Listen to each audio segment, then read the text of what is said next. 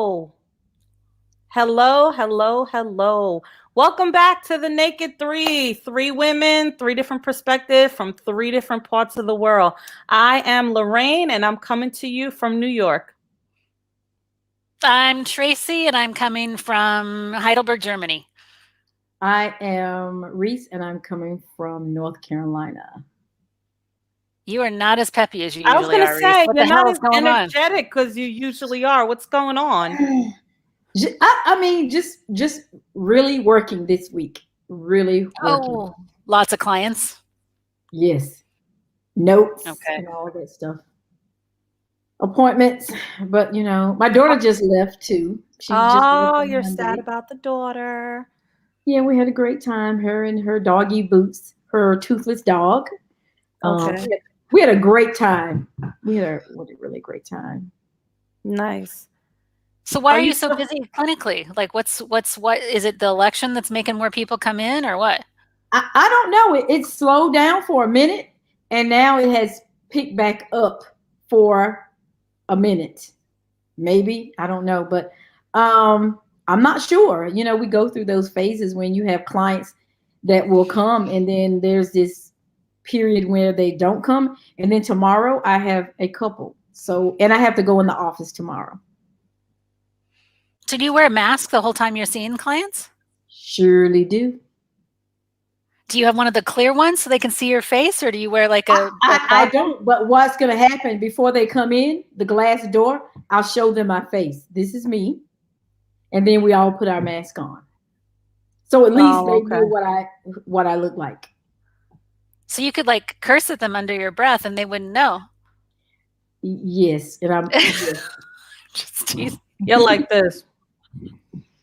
Yes. So it's just a busy week. Just a busy week, but I'm gonna get through it. Tomorrow is Thursday. And there comes the weekend. I think when my daughter was here, I was trying to hang out with the young folk a little bit. Um, and it sort of took me for a loop. I am still recovering today, From hanging out with the young folk? hanging out with the young folk. Oh, so let me guess. You were drinking a lot of wine. I was drinking a lot of wine. I tried some tequila for the first time. It's a brown kind. Yeah, and I was warned not to have the tequila, not to sip the champagne, and not to have a beer. And I was hanging with the young folk, and we lesson were learned. So, what's happening, ladies? Tracy, Well, how was your week? I will just say I thought of you today, Lorice, Really? because I made a salad. And there were two things I thought about. I thought about your comment about you just want people to be a salad and we can all be different. But I also was thinking about you gardening. I'm like, oh, I got to tell Reese that I ate some vegetables today Wow. I picked arugula from the garden and spinach and red lettuce. Yeah, that you so grew. right. And I do think about people when I'm in the salad because that is what I think about. People getting along like a salad. And I think it works if we will give it a try. Yeah. Man, we are all just bumps on a fucking log tonight. What the heck? It's tired. We're tired. I'll tell you something funny about my daughter though. Tell me. So she had one of her taillights were out. And I said to her, I was like, make sure I don't want you driving at night with the taillight out, blah, blah, blah, that whole thing. So I said, if you go to AutoZone, they fix it for you. They just pull out the bulb and they stick the new bulb in or whatever. So she goes, she buys the bulb. The guy wasn't there to put the bulb in for her. So I was like, oh, don't worry about it. Ask your grandfather to put it in for you. So she asked him, she's like, can you show me how to do it? And he goes, sure, no problem. She's like, I don't understand why they don't teach you that in school. It's so easy. I'm like, She's like, I've been driving around for a week with the bulb like this. I could have done it myself. I was like, well, now that you know how to do it, she's like, they should teach us this in school. I'm like, they should. Life skills. Yes. Life skills. One of the best classes I had in college was the How to Survive in College class. Like just basic, like how to do time management, how to organize so you could actually get all your homework and reading done. No one ever taught me how to manage my time. No. I didn't know any of that stuff. I was like, Wow. oh. And then they taught us study skills.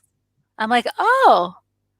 No, we didn't have study skills in high school either. However, some of us learned some life skills really early, like 14. Just literally life skills. How to survive. There's a story here. What happened at 14? My parents got divorced. Mm. And, you know, just learning to survive emotionally, all of it, walking through, forget study skills. In school, I'm like, maybe what Lorraine was saying earlier, my GPA was okay, but it wasn't anything to brag about like it is now. Now my GPA is to brag about. Wait, are you still in Are you still going to school? Are you getting your PhD? I'm done, but I was saying when I was in high school, I didn't have the skills that you're talking about, and I didn't have the parent at home, you know, encouraging to get your homework done, doing this. So I had to learn those things when I got to college. Yeah, I share that with you. A lot of people think that because I'm blonde-haired and blue-eyed that I had like Holly homemaker parents, but I did not. I remember when I got into college. I called my dad and I said, "Hey, can I borrow your truck tomorrow?" He goes, "What? Sure. Why do you need my truck?" I said, "Oh, I'm going to go to college." "Oh, good for you. Where are you going?" I said, "UC Santa Barbara. I'm moving up to Santa Barbara tomorrow." He's like, "Oh, sure. Yeah, you can borrow my truck." So you had never had a discussion with them about going to college? Wow. Never. No, I actually got. And the same for me, Lorraine. I did not either. It was, I said I was going, but because my parents were divorced, I had no clue where I was going to get the money from, but I knew I was going. So I did all of my paperwork on my own, filled out to get the grants and all of that. So I didn't have a mom or a dad that says, "Oh, yeah, you go." Now my kids, as my daughter was saying the other day, we knew from day one we were going to college. It was in our brain growing up that we knew we were going to college. And my daughter I didn't want to go to college. You did not? I did not. My parents. Hi, Chris. Hello, Chris.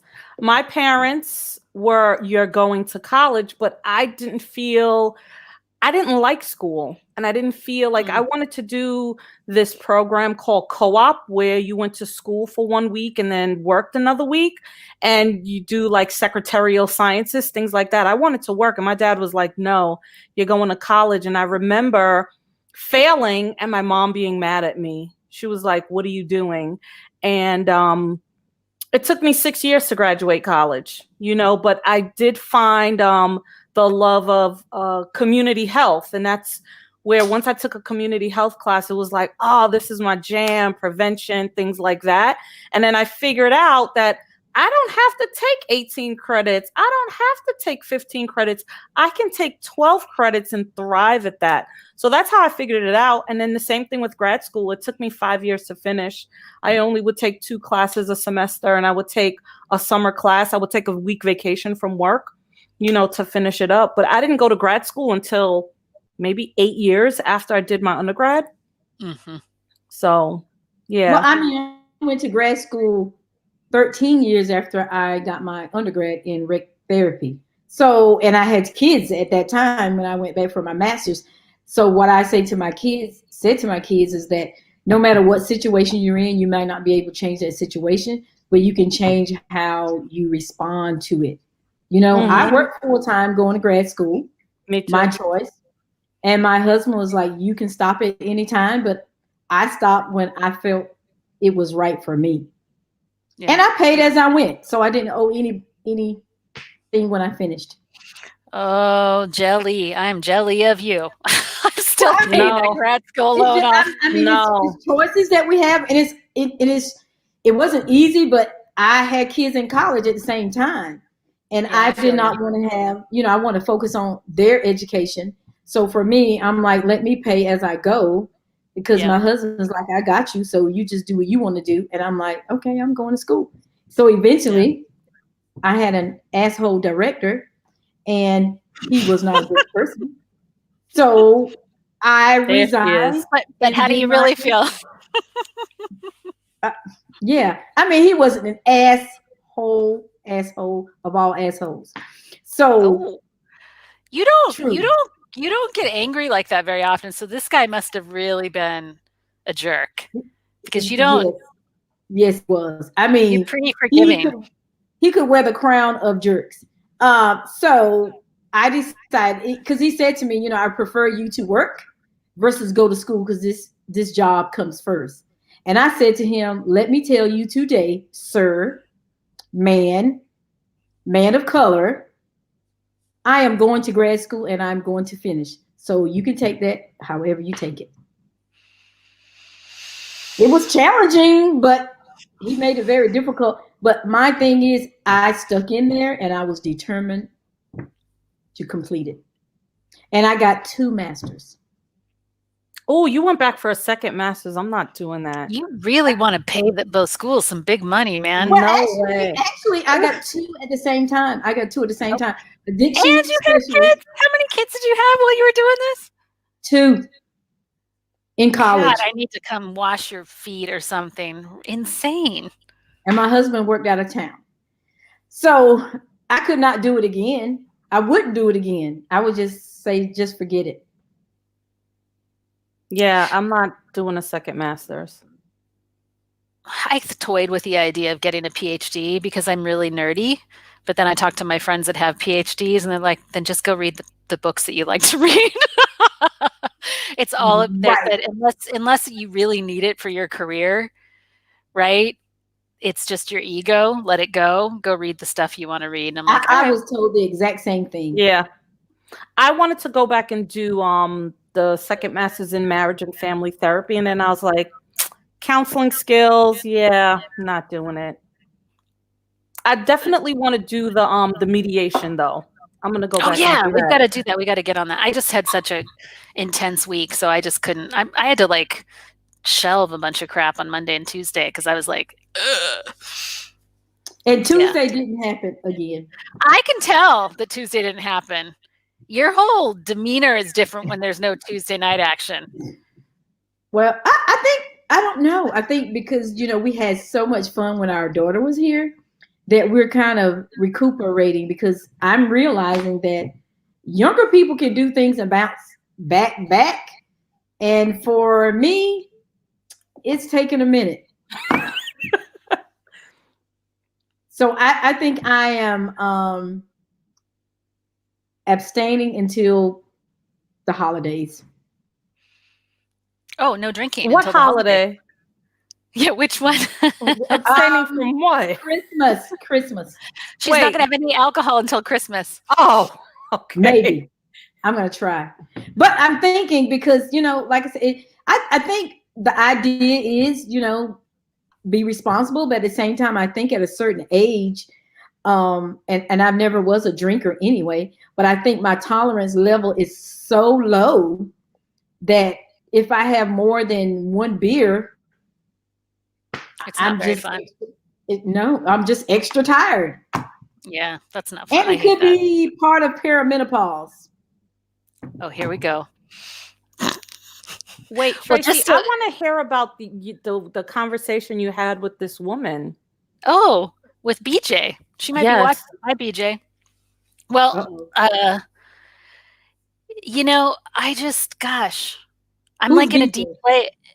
So BJ's a retired social worker. Okay. Older woman that I met in a nonviolent communication community, and she's a badass. She's wise, you know, and at age. It made me realize we need to listen to people that have come before us. You know, they have so much. I don't like that in American culture. It feels like particularly.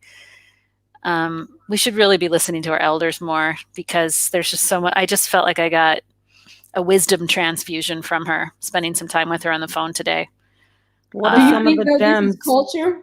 This is some, because I know for me, where I come from, we listen to our elders a lot, even if we don't want to. You know, like my daughter was home. She was asking my 97-year-old mother-in-law about how she grew up and think, you know, so we are kind of conditioned to do that with our elders. I love listening to older people tell me stories. I grasp so much from it. Just them telling me how difficult it was, how hard it was. I mean, these people really party. Some of them, they got their groove on. There was no internet, so what you did stayed in the dark. So at 97 and 100, some people are willing to tell you some of the things they did as a young person that would probably make our hair stand up. So I'm like you, Trace. I enjoy listening to our elders talk about life lessons, all kinds of things. What are the gems she dropped on you? Well, they were so good. I wrote them down. Would you like me to read a few? Yes. Okay. Look, we're all going to learn some gems today. Yeah, I have my notepad for gems. The first thing she said, I don't go on to Facebook to feel bad. I go on Facebook to connect with people I care about, which means that I try to edit my feed so that I'm not reading a bunch of emotional crap from people and being flooded with the news of the day and going on a rapid. And I thought, she didn't say crap. That's my language. Amen. I do that. Don't you ladies do that? Yes. No, I edit my Instagram and my Facebook. I edit mine coming in. Constantly, I edit. Probably daily. Yeah, no, I'm terrible at it. I just let the world blow my hair back constantly. But I thought that was funny. She's just good at boundaries. She's a badass at boundaries. What else did she say? She said, sometimes you have to look at go through your life and say you've done as much as you could. The other things I'm not going to share because I don't want to share private stuff. But my favorite thing that she said, this is a quote that I'm going to tattoo on my body somewhere. She said, the problem with American culture is that we seem to have a need to degrade somebody.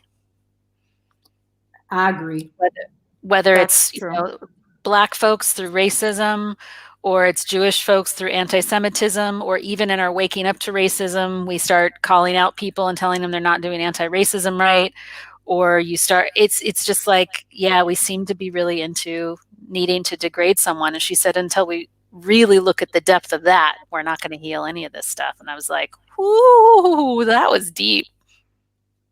To acknowledge that is huge. Right. And I think from what I hear her saying is sometimes people who are hurting hurt other people, or people who hurt people. Right. Why would someone want to get up get up in the morning and that's on their mind to be going after someone? It's like, get up in the morning, be thankful and grateful that you got up, So I get where she's coming from. I dig it. Yeah. So there was that. And then got some, COVID money stuff I'm working on too. That was a little stressful. It's raining here. It's raining here too. It's very gloomy today. It's very gloomy today. We had a couple of good days, and then today's really, really gloomy. And then I have to go to work in the rain. I don't like going in the rain because I don't like getting wet. I mean, because I can't wear my favorite shoes if they're not water repellent. So I don't want my nice shoes getting wet. So you have to wear your rain shoes. You don't have rain shoes? I do, but then I have to take them off, and they might not. No, the rain shoes that I have, I can keep them on all day. I have rain shoes. They're not boots. Yeah. Super cute. And they match your outfit. They're black. Black matches everything. Oh, actually, I have two pairs of rain shoes. I have a pair of red ones and a pair of black ones. I have a pair of boots that are water repellent, but they have chickens on them. Tracy has orange shoes. These are called Hausschuhe in Germany, and they are made of felt. And I just took them off. And when you were talking, Lorice, I made a funny look on my face, and it wasn't an empathic look because I was listening so well to you. It was a look of, holy crap, Tracy, your feet stank. Oh, my. Oh, my. I better stick those things in some vinegar. Oh, is that what you have to do? Well, yeah. I read that vinegar and baking soda, or vinegar.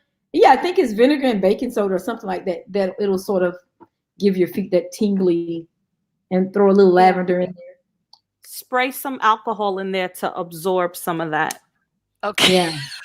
Some of that natural stuff. So what do you guys? That's what I do. That's what I do with my spin shoes. I spray it with alcohol. Wait, you spin? Yeah, I bought a spin bike in April. Well, a used turn around. spin Oh, I bike. think you told me that once. Okay, like a Peloton kind of thing with like the instructor on the little screen, or just a workout bike. Not that fancy, but it's a commercial spin bike. But I use the Peloton app on it. Actually, I took a really good Peloton ride today. It was a Beyonce ride because apparently Beyonce partnered with them. So it was like a Beyonce ride. I was like pumping it. I was like, yes, this is a good ride. So sound like she had a good workout. It was a good workout. It was a good workout. Tuesday night level workout. Yeah, it was a good. I had a good workout for 2 reasons. My jump rope that I've had, like since COVID, I've broke 3 jump ropes. I'm like, okay. Wow. Yeah, like the plastic on it wears out. What are you doing with the jump rope? Jesus. I mean, they don't last that long apparently because really they're cheap. The plastic comes out of the handle. Yeah, I didn't know that. Right. So because I work at the gym, I asked one of the guys, like the gym throws out equipment when it's too old and the members can't use it anymore. So I asked him, I was like, can you look and see if there's an old jump rope there? And he's like, let me go look in the garbage. So there was a box of like old equipment that they were going to throw out. And he gave me this really nice weighted jump rope, and it's steel at the end of the rope. So it's not going to wear out at the plastic. So it's like really good. And it's just the right length. It's going to be really hard. Oh, no. It's not that long. It's not that the rope itself is not that long because I jump inside. It's not long enough to jump outside. So. I'm feeling motivated to get on the treadmill when we're done. Yeah. So I had a good Beyonce workout. I felt motivated. It's good.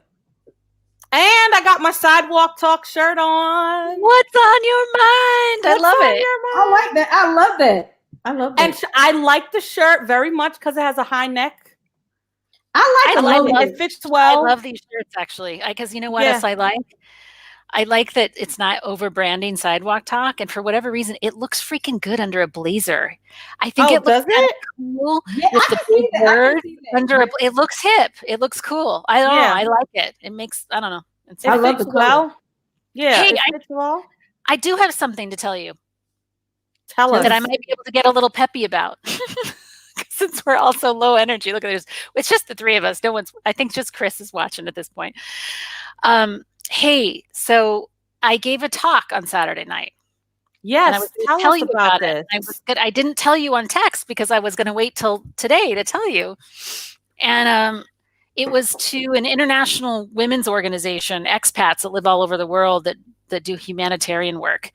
And it was an hour and 20-minute workshop on how to listen to people across differences. And, this was, let's see, was it Saturday? So we still didn't know who had won the election. And so the election was on people's minds, right? And while I was giving the presentation, it was announced who won the US presidential election. But sure enough, one of the things that I did is I role played with people where I was them and they were their opposite voting family member. How to practice listening. And it was good because it wasn't just active listening. We were actually talking about the inner stuff that you would have to do to stay listening to a family member, and how you sort of let go of judgment and yeah, I felt that would be difficult.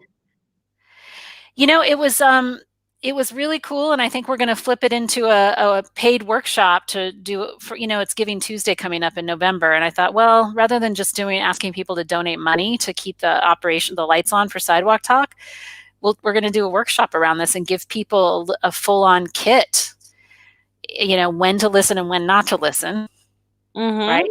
How to start the conversation, tell people they should write a little bit and get clear before they enter the conversation, even give them a little invitation. So it's a little more formal. Hey, let's sit down and have this conversation. Here's some prep writing work for you to do. Here's some prep writing work for me to do.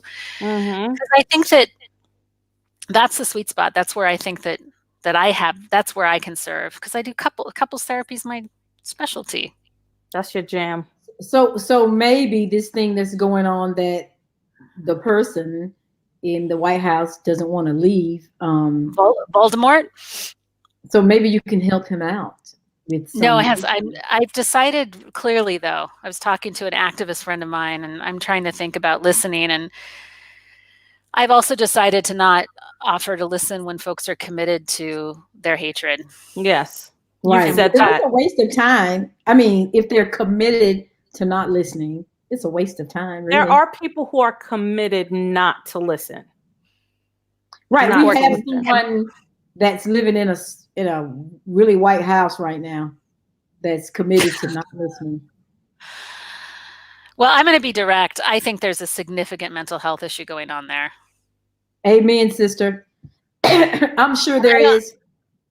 It's interesting because 4 years ago when he was elected, I remember, because I get Psychology Today, the magazine, and I remember like 2 headlines. Now I think they only publish every other month.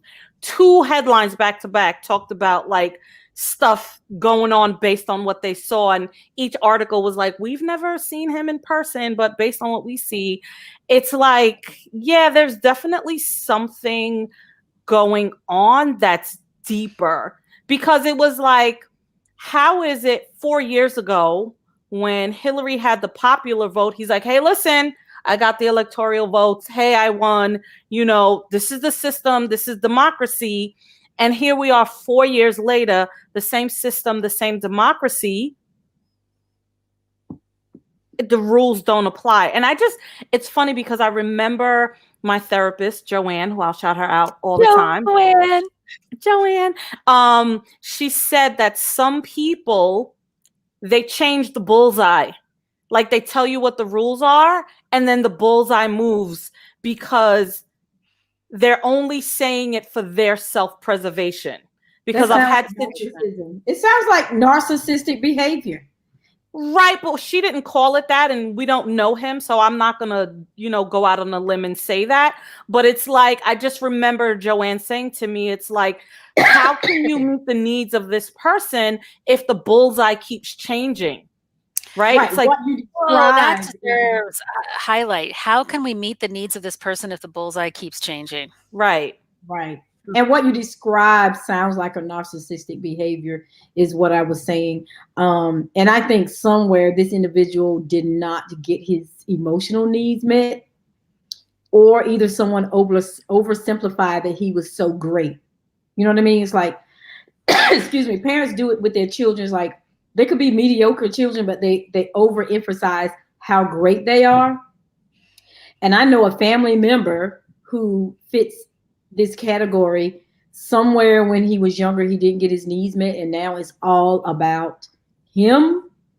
He has no empathy for other people. It's all about him. If it's not about him, he doesn't want to talk about it. Failed relationships with women. And I think when someone's in a relationship with a narcissist, they need to run like hell, because generally they do not change their behaviors. So, we're having an interesting podcast guest come up on narcissism, and that we're all narcissistic, and that there are degrees of it, and that there's healthy narcissism and unhealthy narcissism. And I think what you're speaking to is when I always designate it like this. If the person can only be in a relationship of one, then that's a problem. Right. If they can be in a relationship of 2 where there's the capacity to empathize and be influenceable, well, I guess I'd like to believe that people change, sort of, or that you can. I like to believe that people change too, but from what we do for a living. Right, and from my personal experience, my entire life, this individual did not change. Yeah, so no, and then there's I am convinced that one can figure out how to navigate with a person with a narcissistic behavior, because I think all people could be good, but I think the behavior is what we're trying to change. So being very clear with the individual who display those behaviors, I think is important, because when someone's in love with themselves, it's very difficult to even love anyone else. And they can't receive love from someone else. And they can't receive it, right. Right, because it's not good enough. Right, and it goes back because the bullseye keeps moving. Right. The bullseye keeps moving. The bullseye keeps moving. That And was, I mean, for me, that was an eye opener when she explained it to me. I was like, oh, it was like that mind blown that, and I agree with Tracy. Like, I believe all of us have some level of narcissism in us because, like, we are beings. We all want our way. What differentiates us from like a true narcissist is on a scale, our level of compassion, compromise, things like that. But we all want our way. Right. And I think to me, it's like a continuum. The person who has narcissistic behaviors are off the chart past 10. We're 5, 4, 3. You know, some people are kind of passive aggressive that appear to be narcissistic behaviors. But I'm saying the person who you can call them in the middle, they can call you in the middle of the night, you'll get up, go do what they need. But you call this same person in the middle of the night, they're not moving, they don't have time for you. They call you again in the middle of the night, you get up and go. You know what I mean? It's like they're takers. It's like, I want the candy, you get 1, I get 10, you get 2, I get 20, or maybe you get none, but I have no empathy that you don't have any, even though I have it all. So I find they're very difficult individuals to treat. So here's a question I have for you. As a culture, we incentivize for narcissism. We select for it, right? Because the qualities of narcissism actually are also the qualities that tend to help you thrive or overachieve or succeed in a capitalist society. That's my feeling. I was talking to someone today about Sidewalk Talk, and she said, it's clear to me, actually I should say my coach, I'll say to Randy Buckley, give her a shout out. Oh yeah, follow her on Instagram. Yeah. She said, it's clear that what you're really wanting to see happen at Sidewalk Talk is social change. And this idea that we are self-selecting for narcissism. I've been called a narcissist a bunch of times. It's funny, every time I've ever gotten any TV press, I used to get trolled by this dude who I think would get envious and call me a narcissist. And I'm like, okay, I do have narcissistic parts, but that's not the primary thing going on for me. But I do think that as a society, we select for it. And I'm curious to lob this question over to you ladies. What do you think we need to do to change the culture so that we're not prizing narcissists as our leaders? Because this starts with us, you know? Right. I think teaching kindness from young age, from kids that are really young. And then we just encourage people to be kind to others. It doesn't mean you agree with what they're saying or what they believe in, but at the same token, you know, it's okay to disagree and still be friendly. It's okay to be a different political view and still be, you know what I mean? Still be friends. Because at the end of the day, are you friends first? Or are you politics first? You know what I mean? If you're friends, where do you stop the bickering to remain where you are? And to me, I think it goes back to being selfless, teaching children to be selfless. Because if you're selfless, you're not going to be so much in love with self. I think it's about teaching children about community. Right. You know, that all of us are working collectively. And it's, you know, when you do something, it affects the rest of the unit, you know, and how it affects the rest of the unit and what that looks like, you know, because yes, like, yeah, we're like, yes, go out, succeed. But like, what does that look like for the rest of the unit? Because of capitalism, it's like, pull yourself up by the bootstraps. I made it, you should make it too.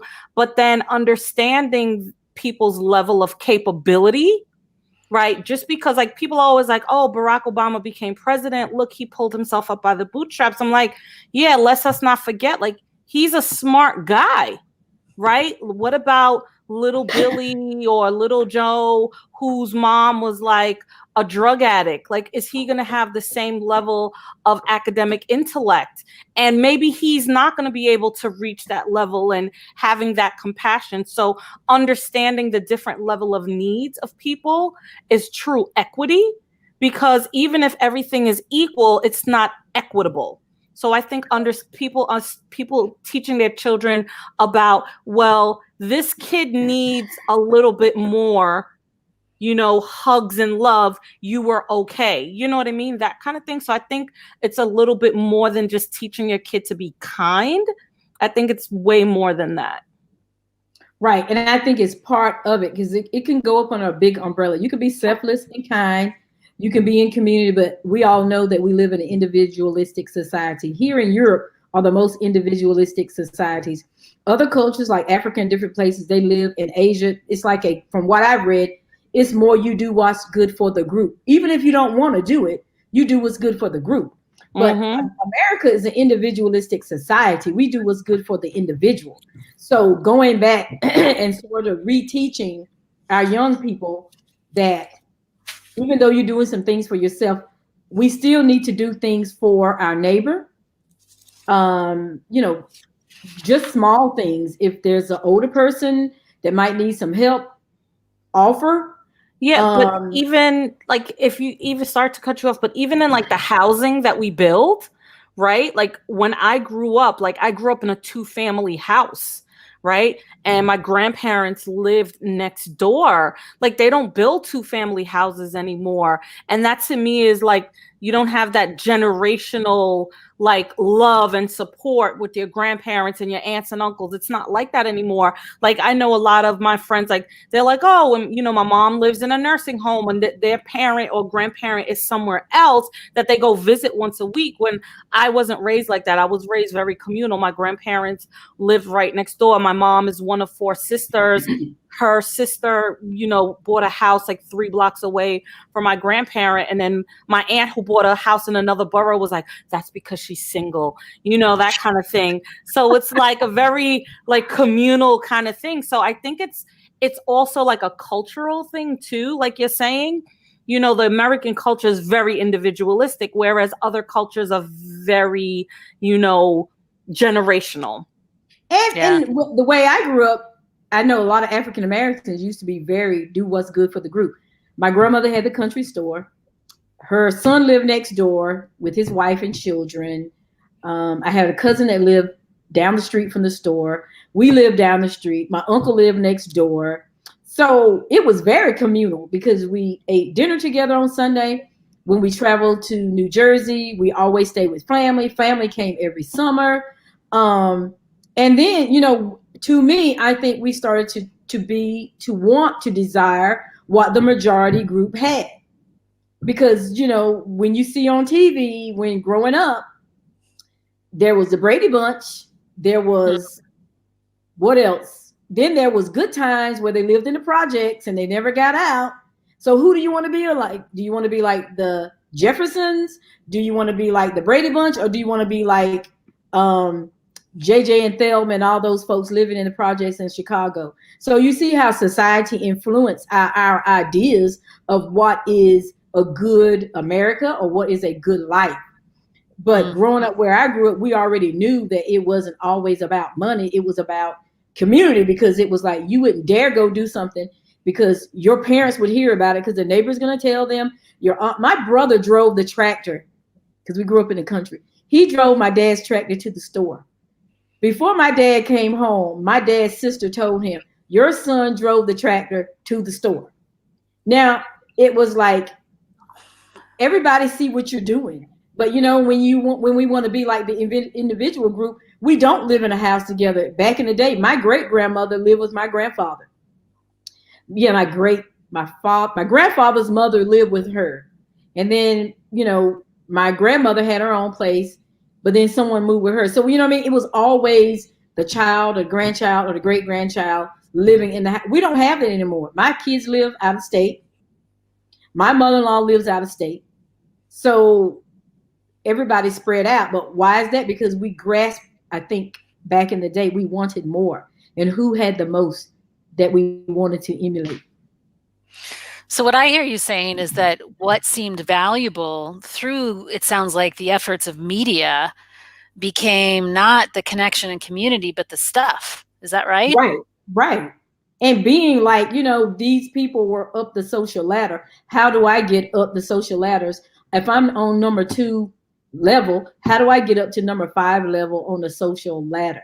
You know what I mean? Even how people married, even the jobs that they took, even becoming, if you're a black, light skinned person, you could pass as white, so you could marry white, so you would have a better life.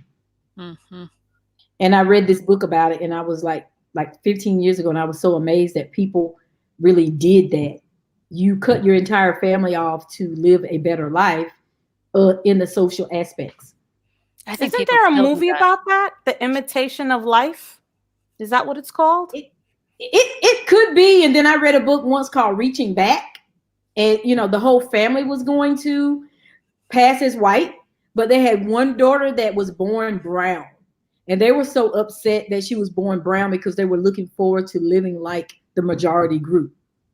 So I sort of understand why they did it, but also I think that's part of the breakdown when we want to be like the majority group and we don't become this connective group anymore. We become these individualistic people who I'm going to get mine and you get yours. Yeah, that's the name of the priorities are off. The imitation. Right, I prefer the other way, that we live within our means. Yes, we all like a little extra something sometimes, but to me, people in connection and the salad is more important to me than just the cucumber or the lettuce. The whole group is important. Yeah. Well, I'm totally with you on this. I guess the piece, I'm trying to let go of this idea that I think sometimes when there's like these rifts in our culture and like rifts in our political system, it brings up all my family system crap. So I feel like the little kid in a divorcing household again. And I start to feel responsible for bringing the family back together. So I have to make sure I don't do that with Sidewalk Talk and say, hey, we need to like put lipstick on this pig and, blah, blah, blah. And it's my responsibility for helping the divorcing family come back together. And I still want to have an impact, right? I still don't, I think, what I did yesterday is I missed my group coaching call because I really needed to talk politics with some folks. And so I joined, I'll tell you the name of the group. It's called Social Trust, put on by Independent Sectors and Upsell. And so I got to hear David Brooks and Frederick Riley, who founded Weave the Community, and then the Aspen Institute. And they had the Brennan Center on and the Pew Research Center.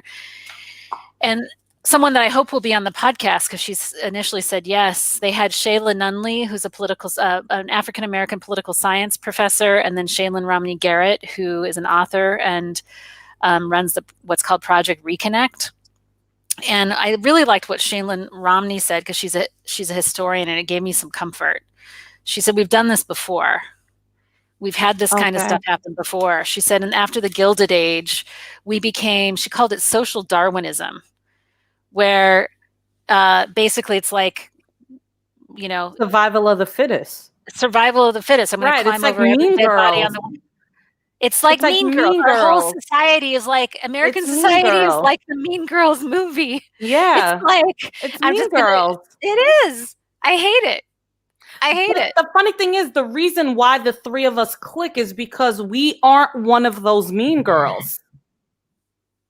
But man, do I get like to my small town where I was living before I moved to Germany.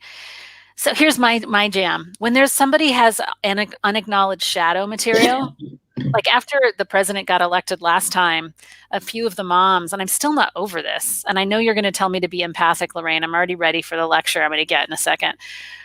They wanted to have within 48 hours this event where everybody wrote these messages of love and light to bring unity back to our neighborhood. I'm still crying over here. I'm not ready to like talk about unity and love and light just yet. Come on, man.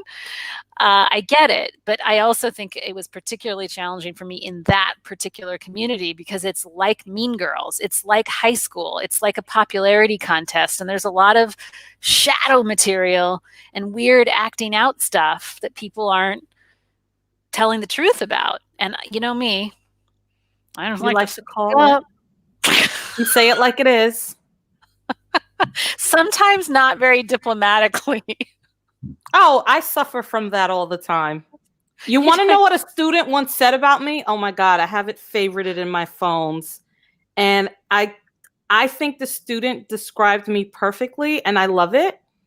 She said, now, after a student appointment, this was like years ago, students were asked to fill out a survey. And then we as the counselors would always run to see what the student said. So this student said, the session helped me, 5 out of 5. The session prepared me to next steps, 5 out of 5. Any other comments? She was very helpful, a little aggressive, but genuinely wanted to help. And I thought, I was like, oh, that's perfect. Because I'm kind of like, what are you doing? But at least she walked away from knowing that I wanted to genuinely help her. Right. So it was perfect.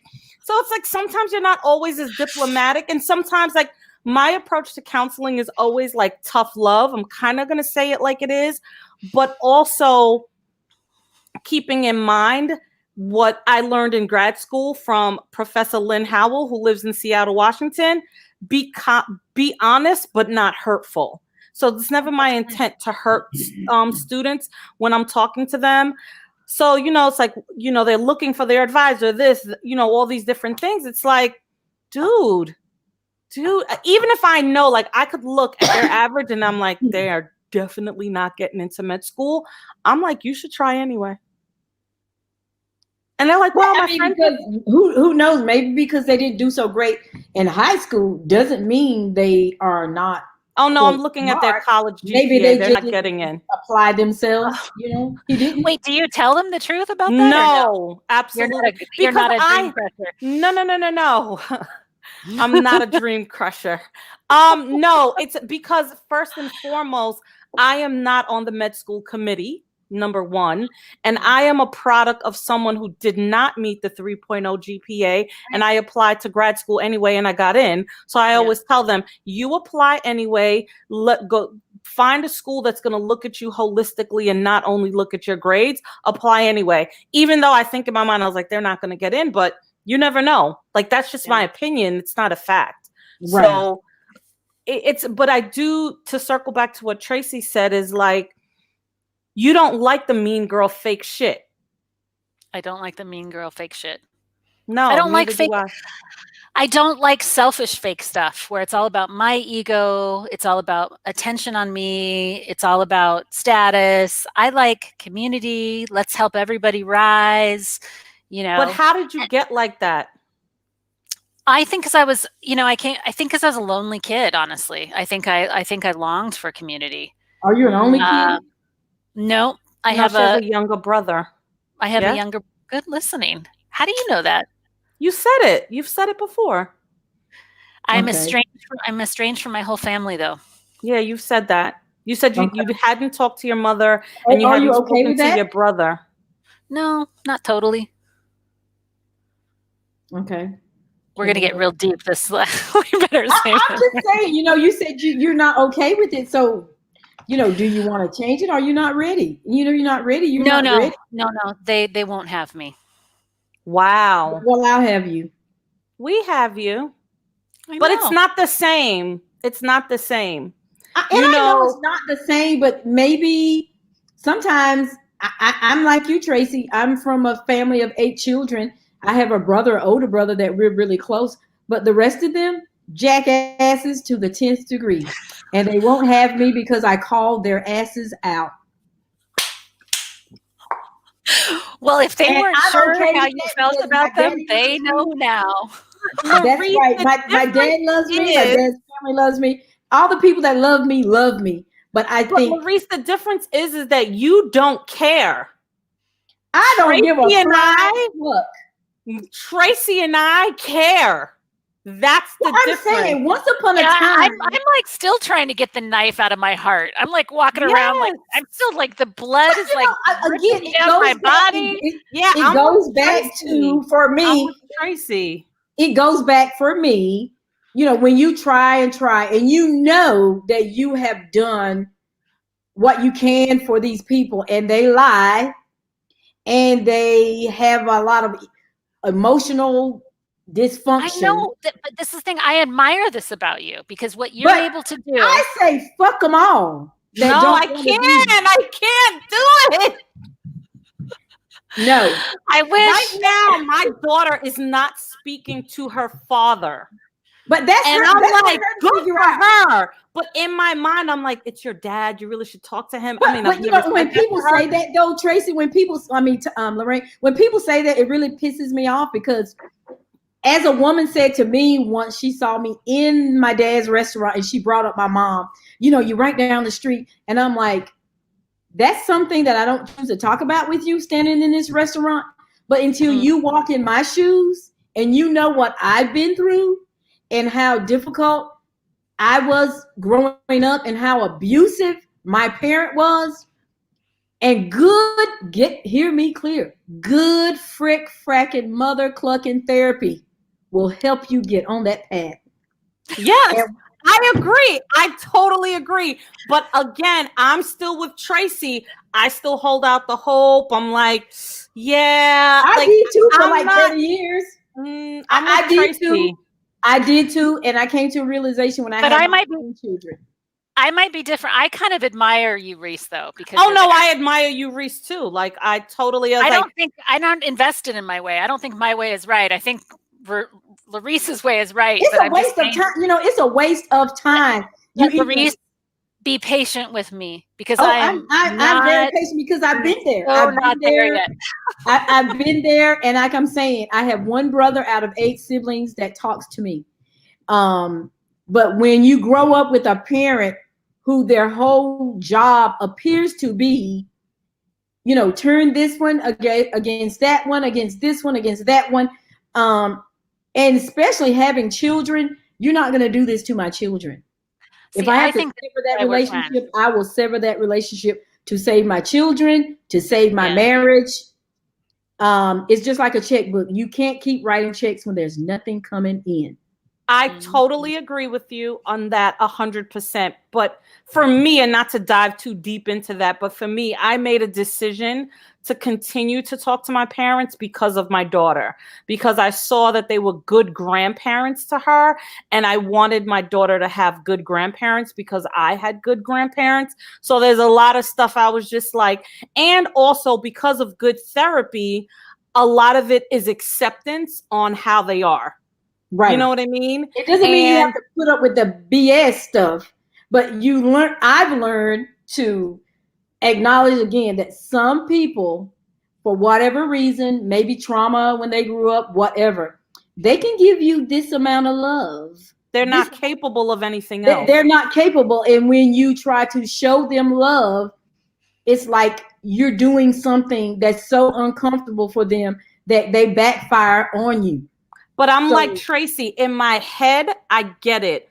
As a counselor, I get it. In my heart, I want everybody to come together, love, community. You know, I identify a lot with Tracy because it's like, I think I was a lonely kid. And I think I was a kid that, you know, my parents, like, they didn't understand me. They parent, like, you know, from taking so many psychologists, like, you have to parent, you know, the way your child needs. My parents weren't about that. They were like, go read a book. I'll never forget. And I discussed this with my dad the other day. I came home. I'm like, Daddy, you know, the kid told me I'm not Black. He's like, don't talk to that kid again. Go read a book. Don't stop socializing in school. I'm like, why did you say that? He's like, I didn't know what else to say. I'm like, oh my God. You know what I mean? So it was just like, I was always the kid that was inquisitive and wanted to know the answers and asked why and asked those deeper questions. And my parents were having none of that foolishness. No, because my one brother asked me, I guess I was like 10 and he was like 15. And they were talking about the quote wet dream. And I guess they were setting me up. Go ask our parents. That was a setup. So I went and asked the parents, if you don't get away from this door in the bed, they're in the bedroom. And I wondered for a long time until I got in high school, what was the problem? So I asked these girls, these 2 white girls that I knew in my class, they were always having parties when their parents weren't home. So I figured they would know. And when they told me what it was, I was like, why did they get so mad? Right. Yeah. You know, my parents, no way. Even up until today, like, like I was like, oh yeah, I gotta go record the podcast. My mom's like, oh, you're still doing that? I'm like, really? Like, so that same level of like, that's the little kid in me that is like, I want my mom and dad to approve of everything I do, and I'm never gonna get it. But somehow, like Tracy, I'm still holding out hope. Well, I mean, I'm older than both of you, so a while ago, will say, I sort of go ahead, Tracy. I can't. I don't hold out hope anymore, but I grieve the loss.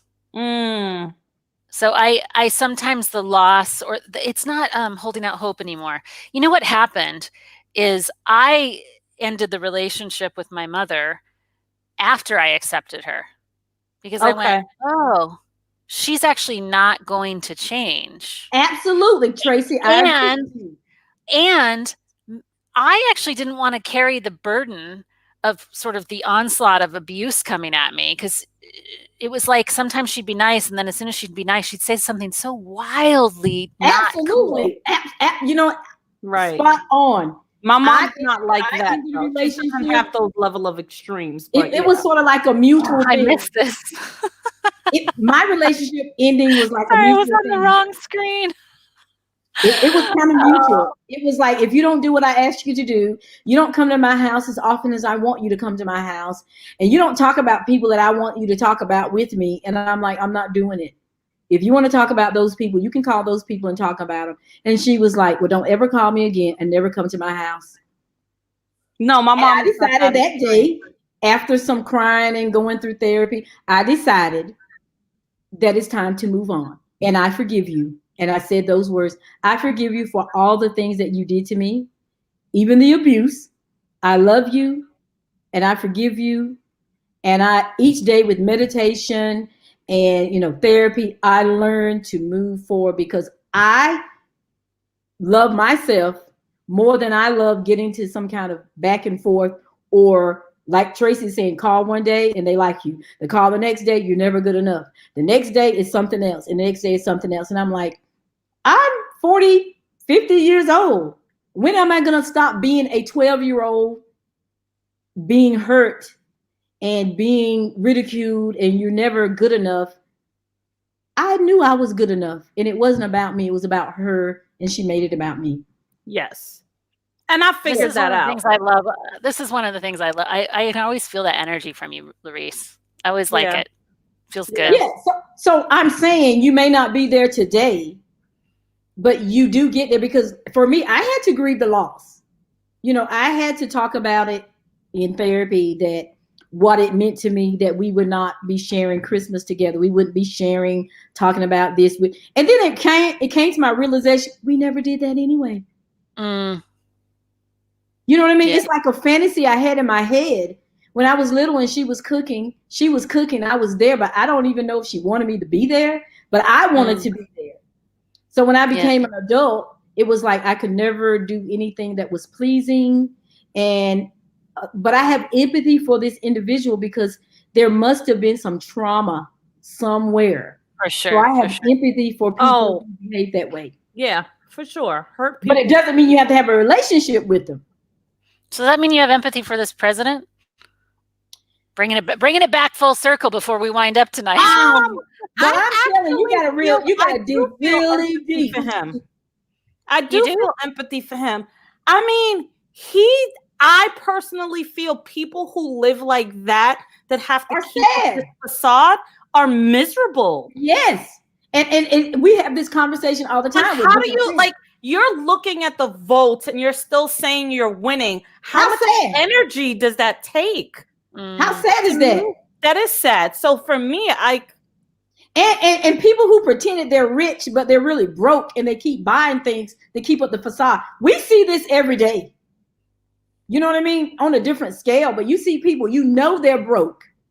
They can't make their bills, but you see them buying new things and new material things just to say, I am somebody. And I think with this guy, he somewhere, I have empathy for the child in him.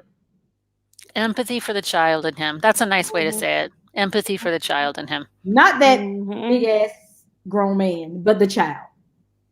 Yeah. Because somewhere within all of us, there was once a child that maybe didn't get validated or wasn't heard, and then we go to therapy and we work it out. We have good friends that we talk to. Somewhere this person no one ever told him. He just was seeking no one out ever told him no. Right. And he was seeking out people who validated the foolishness. Mm-hmm. So I have empathy for that little boy before he was bald, that he was hurt or his emotions did not get validated.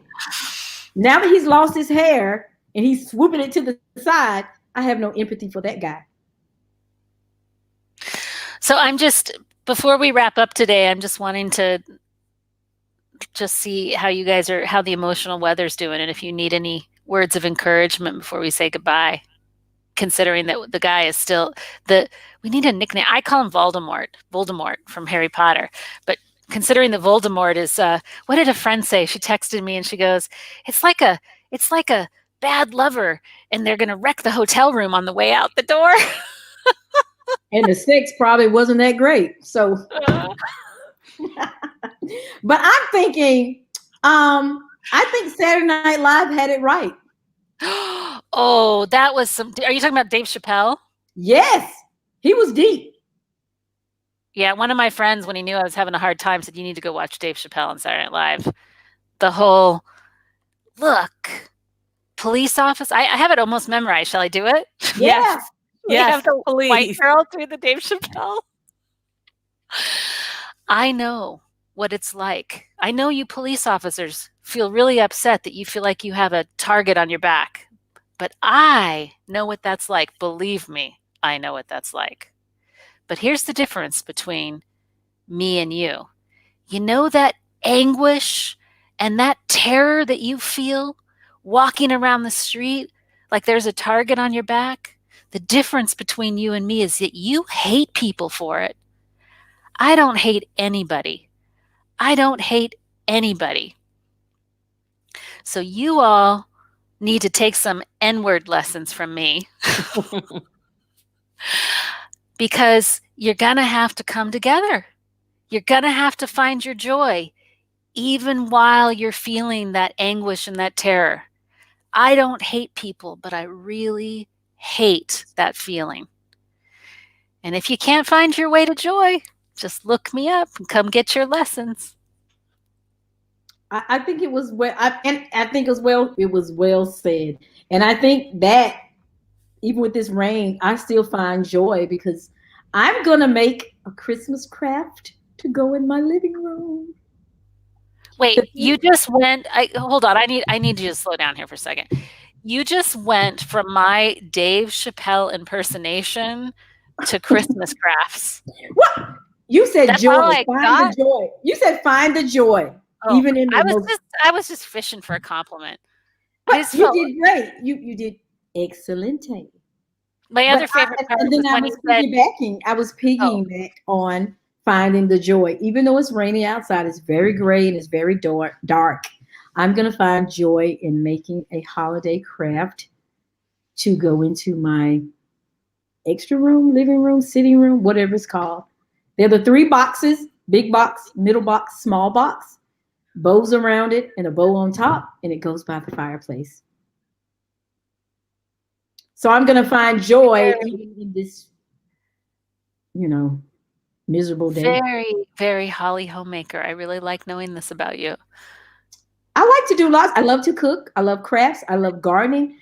I just love to do lots of things that bring joy. That's a word of the day. I've been hearing the word joy a lot. What about you, Lorraine?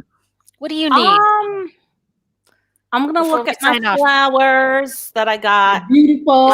Jeffrey? Some flowers, yes. I think Jeffrey's the only person watching us right now. That's okay. Hi, Jeffrey. Yeah, so just finding joy. Just, we had some good conversations over the week. Just, it's always joy in that. Yeah. Solitude. Understanding. Right. I feel like he really understands me. And there's some folks out there that don't understand that want to join us. Join us in the conversation. Maybe they can teach us some things, I'm always open to learning new things, even on a rainy day.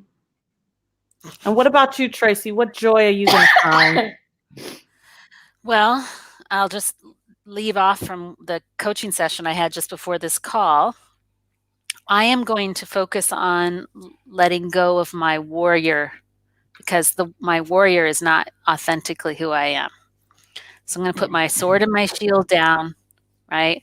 And I'm just going to rest in who I am. And I am going to take a break from Facebook, I got to say. Facebook and the news for 48 hours. I just need a pause. It's a little much. Because I was a political science major, and I like freak out about You're getting stuff. sucked into that rabbit hole. Oh, the of doom negativity. scrolling till 4 a.m. It's bad. Doom scrolling. Really? Right, you were Oh, up that night. I'm yes. like, what time is it in Germany? I'm like, why are you up? Wow. All right, folks. Hopefully some of you will watch this later. Our stats are going down, gals. Either we're cursing too much on this thing, or we're boring as shit. Well, But who cares? I mean, I want to keep doing this. I want to keep doing it too, but I guess we can put a question out there. What is it that folks, give us some feedback. The shiny bauble has lost its luster. We don't know. We got to shine it up again. I guess we got to know what we need, what kind of cloth we need to shine it up. Or we could just keep connecting as friends and let people eavesdrop in on it and not care what people want. Exactly. That works for me too. But then I might get too relaxed and start saying things that I need to say when we're off air. Oh, I've already crossed that threshold, my friend. When I talked about pooping on the plumber's head, that ship has sailed. Oh my gosh. Whoa. I hope you didn't have beans the day before. I still laugh at that. Oh my God, I still laugh at that every time I think about it. Wow. All right, lovelies. So for everyone that was watching, Jeffrey, thank you for watching today, Jeffrey. Thank you, Jeffrey. We did this just for you. And Chris, maybe it's Chris that's still watching. No, because we're not getting on. But last week we were on fire. We had lots of comments. It could be just a week too. It could just be after the election. All these things are going on. It could be that. Why do we care? Do we care? We were just talking about capitalism. Who gives a poop? Well, I mean, I really don't, because we can't see who's commenting anyway, so we don't really know. I show you when they do. There's Jeffrey. There's Chris. Do you know Chris? Chris is my cousin. Oh, hopefully he doesn't take back all the nuggets about your family. I hope he does, because we come from an awesome family, and he knows it. That side, that side is my dad's side of the family. Oh, okay. Huge family with woven threads are very tightly woven. And I will say, because I told a sob story, I'm married into my dream family. You've said that. Super good. There. Oh, look it is just Jeffrey that's watching. Good show, ladies. Thank you, Jeffrey. Thank you. You're such a sweetheart. But I think we all came into this profession for a reason. I think something draws us to become the professionals that we are. And it comes for me sort of screwed up parenting. You screwed up what? Our screwed up parenting. We all were screwed up. Wait, we're gonna end the show, and then we're gonna continue this after. Who's taking us out? Who's leading us out? I'm supposed to lead us out. All right. So for everyone that was watching, that would be Jeffrey and Chris. Thank you, you two. I love that we had two beautiful, attractive Black men that were our audience today. That feels kind of cool. And I just wanted to say that we'll be back next week, but Lorraine will not be here. So Travia Smith, who is the director of Sidewalk Talk training, will be here. And she is a smarty pants MBA type, but super committed. She's done a lot of listening on the sidewalk with Sidewalk Talk. She's one of our top 3 oldest. Should I be nervous? No, she's a little shy, so we'll have to pump her up a little bit. Okay. She's gonna get she giggles a lot, so she's gonna giggle the heck out of us. Okay. And she's not as naughty as we are. Okay, I'll be mindful. She's a new mommy. She has a 10-month-old and a 3-year-old. Wow. So I'm sure she's a busy mommy. She's a busy mommy. Yeah. So, oh, there's Harry. Harry, where you all been? Harry.